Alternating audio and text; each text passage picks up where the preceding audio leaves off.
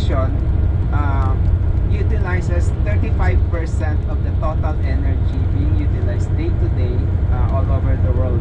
So that is about more than 1/3 of the energy usage. No? So we akala natin transportation ang number one or ang mga industries. In effect, malaki ang kinain ng building construction in terms of using energy. So nowadays, sustainable development is looking at how we can reduce the use of energy because fossil fuel is becoming more expensive every day and the resources are depleting. So narinig nyo na rin ang oil reserve ng Dubai ay meron ng hangganan, no? So ilang years from now they might have no more fuel to sell to the world. So lumalabas na ngayon ang ating mga iba-ibang innovations on how to conserve the use of fossil fuel in producing energy. So lumalabas yung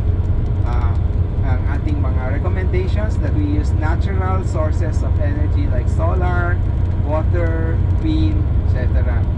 At in the terms of human lifestyle, marami na rin pinababago, like we are introducing active transport, so walking, biking, and which we realize helpful sa atin even during the pandemic.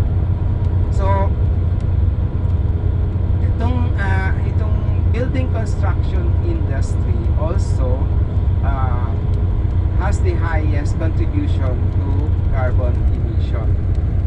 Based sa scientific study, it is responsible for 38% of carbon emission. Ibig sabihin, malaki yung contribution niya sa pollution ng ating environment, not just the air, but as well as the water and the soil.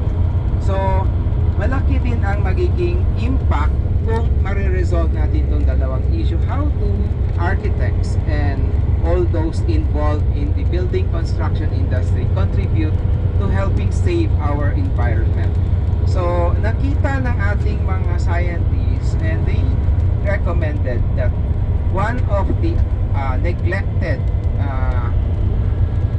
issue ng mga architects is that we continue to build new buildings and sometimes we just neglect the unused or abandon old buildings.